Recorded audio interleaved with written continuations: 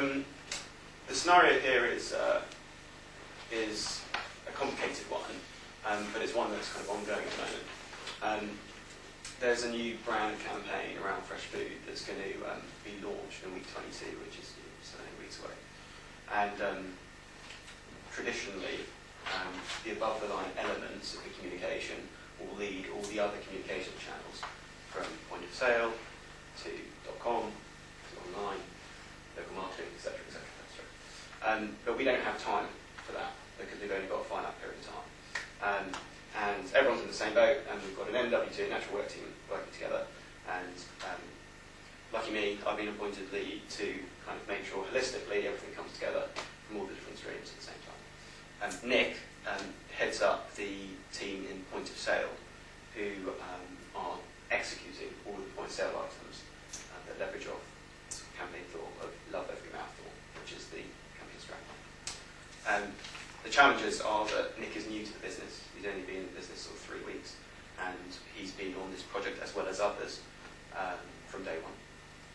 He understands the ambition and vision behind it, but is, like a lot of people, and like, well, as we'll get on to our experience itself, getting up to speed at Tesco speed is actually a pretty challenging thing to do. So he's getting pressured internally within his team from his boss, and there's a lot of eyes on this project. It goes all the way up the chain. So what I'm trying to do is get Nick to pull together for his channel a full customer journey plan that can be presented alongside the other channels. So it feels like a really comprehensive plan as a customer experience. And I'm trying to get us all to do that. And any particular techniques that you're going to be focusing on using in that? I think reciprocation piece, I think the scarcity piece, and a bit of all the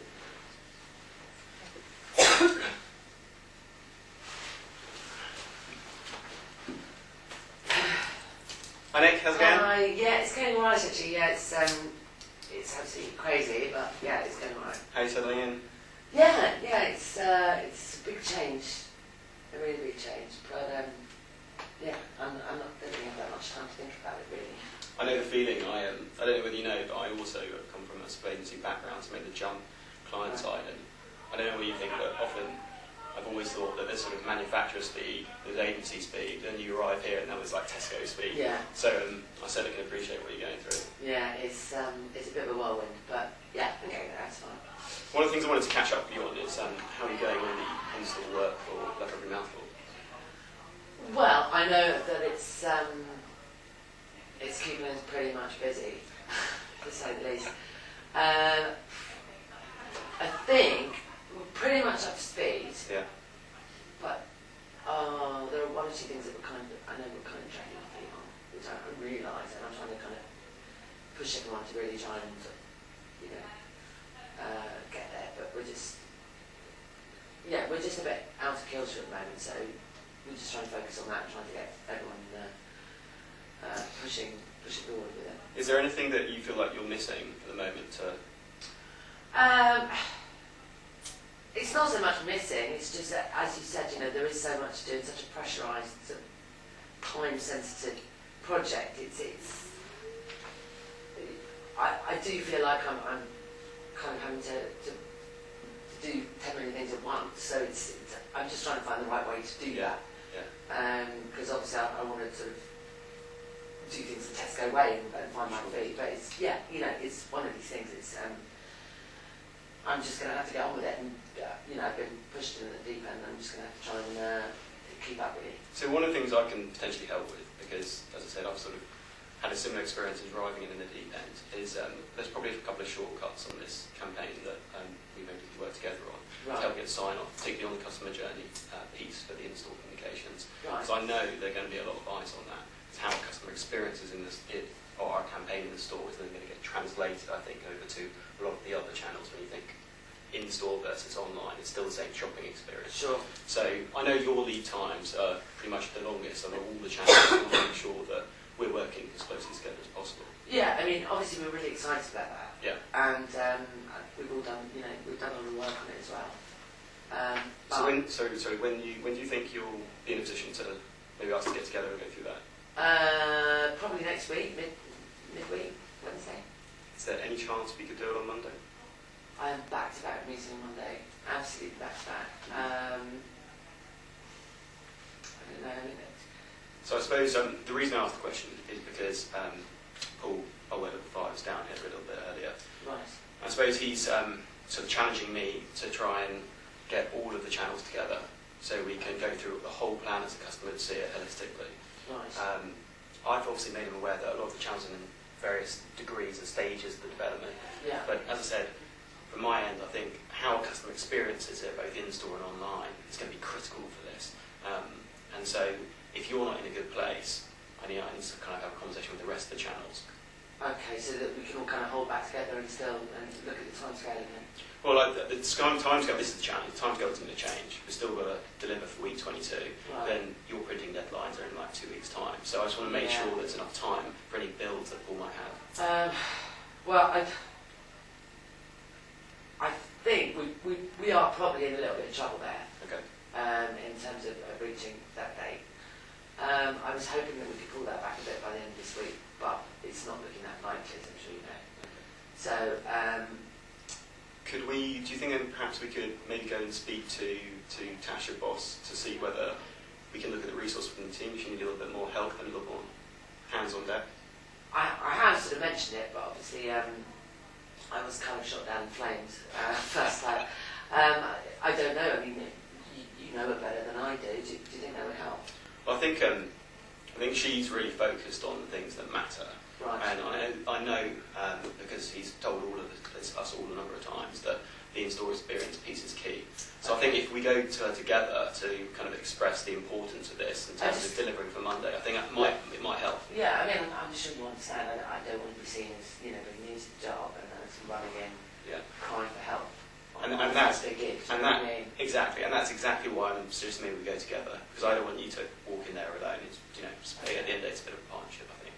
Well, I think that would, that'd probably be a good idea, because as I said, I think we are running into a little bit of trouble, and I don't want it to. I am starting to feel like it's going to overtake me before we found a solution to it. Okay. So if you think as long as you don't think that's going to make me look really capable. What I would say is that if we go and do it together, what we need to make sure is that we've got a plan in place. Okay. So I think laying out the fact that we might not deliver for Monday is one thing, but going there saying to deliver, we've got X, Y, and Z in place, it's going to help. And that's where I'm going to have to kind of lean on your expertise, point of sale, to kind of tell Tash what we need. Okay. But I'm happy to support you in I suppose that endeavour.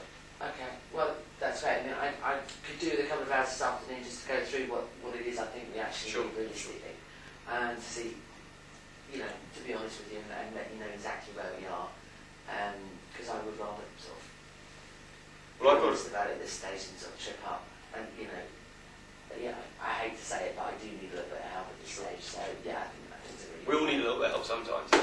I've got a meeting with Tash tomorrow morning. If we catch up at the end of the day, would that help before we go in? Yeah, I think that'd be great actually. Then we can get prepared and then we can go in there and sort of know what we're going to say before then. Sounds good. Brilliant. I appreciate that. Thanks a lot. Cheers.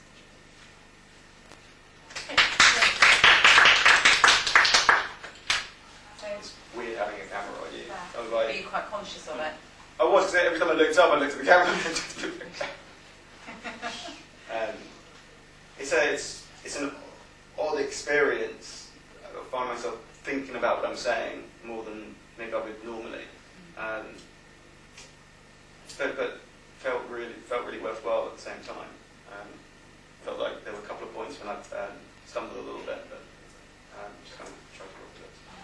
I guess that's the opportunity as well, isn't it? These are probably conversations that we've had hundreds of times. There's an opportunity to kind of break it down a little bit. Just think about it. Yeah. Anybody got any feedback for Richard? That first half at the beginning was really strong. You were smiling a lot. You felt at ease. It put me at ease watching, if that makes sense. So really open and good rapport building. When you spoke about yourself, you then paused to let them speak rather than going straight into what you wanted. So that was really strong opening. I'm going to grab my pen so I can next one too. Yeah, the other thing, you said any chance you can meet next Wednesday. I always want to give them the time to actually go under whether you were more descriptive about what you wanted, because you gave them a get out clause. And to say, your end result was tomorrow morning you were going to sort it out, whereas you started off with next Wednesday. So be a bit clear about what you wanted at the beginning. And then you offered help to get there. I think some of that helped support and speed it up by saying, I'll come with you, we'll do it together. I'll make sure you don't look stupid almost. We gave them the reassurance that they could probably prioritise it a bit more. So probably a bit of relationship building. Yeah. Thanks. And then just in the use of Paul, just be mindful, I don't know if it's name dropping or whether it would work, if you know what I mean. So just a mindful to use it sparingly, I guess. So much if you use it all the time, Yeah. it would be great on me if it was me, but it's a one-off company. Yeah. In this situation, in reality, Paul's a pretty open guy and gets his fingers in lots of pies. So, but with another person, he's I not the Philip completely Michaels. appreciate. Yeah, it would be a different way of approaching. I guess if someone relatively new, are they going to know that? Because he almost felt like, I didn't know if you were using it because you felt like your other technique wasn't working, because you did the bags of reciprocation and building the rapport, you did loads of that, so you really focused on those bits, but then trying to like almost leverage that authority piece, from what you said now, it feels like it was more of a because he'll want to know what's going on, get involved, and he'll want to be, but he could have, Could come across on the other one. If you'd used it more as I'm in the shit with Paul if I haven't done this, Yeah. probably being together then, where it came across a bit like, you're not helping me, Paul's going to give you a kick in as well as me if we don't sort it out. That's the impression I made. That's the subtext. Thanks. I was going to say, I think your empathy was really good. Like, I wanted to be on your team. Like, again, it felt like you had her back. Like, I've been there, I've done it, but I'm not patronising you. So I thought that was really, really nice. Your tempo's brilliant. Like, you don't kind of go, fuck, we're on a deadline. Like, there was no panic, despite the fact I think your urgency was quite clear. Perhaps a watch out would have been not a watch out, but probably again linked to the real world. When someone's new, they've not gone through these sign-off and build processes. Actually, I'd have probably pushed her to tie her down to workshop it together or something that actually what your objective was to get it to a point where you could show the relevant people to get their builds. Actually, if the job wasn't 100% finished, it probably isn't the end of the world. And when someone's new, they want everything to be perfect. You actually could have probably got it tomorrow or the day after by seeing what it was like. Thanks. That's cool. Yeah, I think I think tempo is exactly the right word. Tempo is extremely relaxing. Like it's just I sort of forgot to make notes at some point because I was just listening to the conversation because I think it was just very, very relaxing. Body language extremely like very calm, but also as Rachel said, you really were clear on what you wanted. So your rapport very strong all the way through. I liked the way that when she went a bit self-deprecating and said, "Oh, no, I don't want to feel a bit incapable," you just you took that as a win and stepped over it. You didn't say, "Oh," but then later you said, "Oh, we all need help sometimes." So it was a nice partnership building moment to say you're on level playing field. But at that moment you chose to overlook it, which I think helped her then not feel they were like, "Yes, you are hopeless." So and good use of obviously humour and laughing and all that kind of stuff. I actually didn't, and this is probably because I thought your use of the 4 or 5 whatever it is was quite well placed in a kind of I didn't see it so much as that, but maybe that's just like reading it right. I saw it more as I've got this, and he has come in, and actually it was a good way because you'd started on unlike in the other ones where we said this is what we need, you couldn't go in on this is what we need because you've got this new guy who the whole point is rapport building, and at the end of it, let's hope you can get this. So then to use Paul as the sort of segue between chatting and chain and what we need, I thought was quite neat, but I take that point as well. So that was it really. And just always good bring it back to the customer experience and that sort of journey about going online as shop. That was good because presumably that would speak to someone who's inside or outside of Tesco. I like the way as well you weren't afraid to confront the fact that I know you want more time on it, but I can't move it. And it was done in a way that wasn't like that's the deadline, get over it. It was done in a way of that's just not movable. You know, why even talk about it? It's just there. It didn't sound harsh. No, it didn't. It sounded like a fact. It was just It's fact. like, Yeah, exactly. So we've already agreed that. It's not really a discussion point, but it came across in a really solid, nice way. I can't really add too much to what everybody's said. Just in terms of all I could hear was you offering help and that reciprocation piece. That was kind of the whole start. And you obviously made it okay for somebody who's new in the business, 3 weeks, to admit actually they were in a bit of trouble, which is what you need to do to be able to then get in and help. But had you gone in a way that actually got their back up and got them defensive, you wouldn't have got to that point. So that slowness and that pace and that openness is what got you there. So remember that one, because that's a really tricky situation to be in. Trying to pull that out. And the good use of Me Too. I think that Me Too at the beginning helped that.